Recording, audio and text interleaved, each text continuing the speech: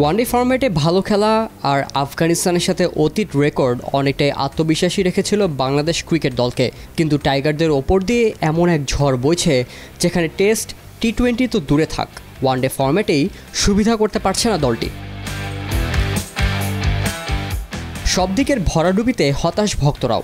Sharjah cricket স্টেডিয়ামে খেলা দেখতে যাওয়া টাইগার ভক্তদের প্রতিক্রিয়াতেই স্পষ্ট কতটা ক্ষুব্ধ বাংলাদেশ ক্রিকেটের বর্তমান শোচনীয় অবস্থায়। প্লেয়ার চেঞ্জ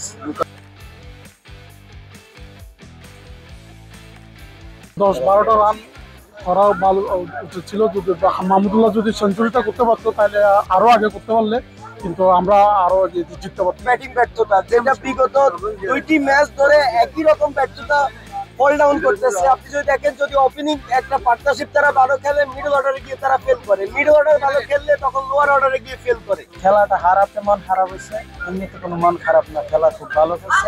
বাস খেললো বাংলাদেশ, জিতলো বাংলাদেশ। ফিল্ডিং এর দিকে একটু নজর দেওয়া প্রয়োজন। রিশাদের কেসটা তো ড্রপ না হইতো তাহলে গুরবাজ 101 রান না করতে পারতো। ম্যাচটা আমাদের হাতে। সাকিবুল হাসানকে খুব মিস করছি আজকে। সাকিব থাকলে অবশ্যই এটা বের দিতে পারতো। আমাদের রিশাদের একটা ক্যাচ মিস, সেটা ম্যাচের টার্নিং পয়েন্ট কিছুটা টার্ন হয়ে গেছে।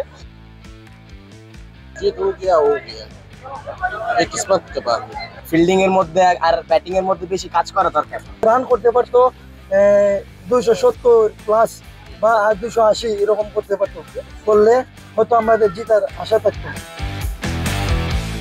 আফগানিস্তানের বিপক্ষে বাংলাদেশ 3 ম্যাচে ওয়ানডে সিরিজে 2-1 হারের পরই ওয়ানডে ফরম্যাটের র্যাঙ্কিংয়ে নতুন করে হালনাগাদ করেছে আইসিসি।